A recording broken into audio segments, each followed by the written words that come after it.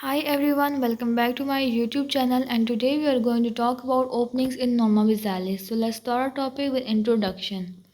Basal skull, when viewed from below, shows multiple foramina and canals that transmit cranial nerves, blood vessels, and ligaments. These openings are of great anatomical and clinical importance as they serve as pathway between the cranial cavity and other regions. Openings in anterior part of Norma Basalis. They include incisor foramen or fossa. It is located behind the upper central incisor. It transmits nasopalatine nerve and branches of sphenopalatine artery. Then we have second opening, that is greater palatine foramen. It is located near the posterior lateral corner of hard palate. It transmits greater palatine nerve and vessel.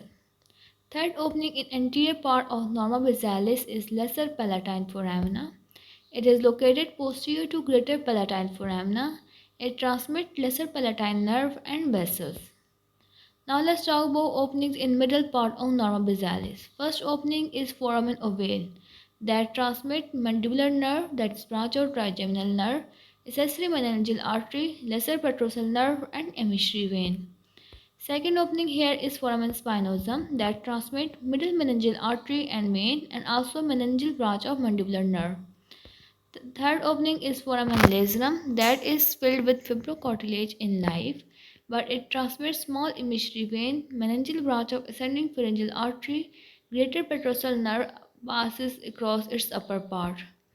Then we have fourth opening that is called as carotid canal, that is external opening of carotid canal basically, and it is located anterior medial to styloid process. It transmits internal carotid artery and sympathetic plexus. Then we have fifth opening that is called as external acoustic meatus, that is located posterior lateral to base, and it leads to tympanic membrane and it is not a true foramen. Then there is sixth opening that is stylomastoid foramen in the middle part. It is located between styloid and mastoid process. It transmits facial nerve and stylomastoid artery. Then we have a seventh opening that is called as petrotympanic fissure that transmit chora tympani nerve, anterior tympanic branch of maxillary artery. Now let's talk about openings in posterior part of Norma Basalis. First is foramen magnum that transmit medulla oblongata, meninges, vertebral arteries, spinal root of accessory nerve, anterior and posterior spinal arteries. Second opening in posterior part is hypoglossal canal. It transmits hypoglossal nerve, that is 12th cranial nerve. Third opening here is jugular foramen that transmits glossopharyngeal nerve, that is 9th nerve, vagus nerve, that is 10th nerve, accessory nerve, that is 11th nerve, and internal jugular vein, inferior petrosal and sigmoid sinuses, and meningeal branch of ascending pharyngeal and occipital arteries.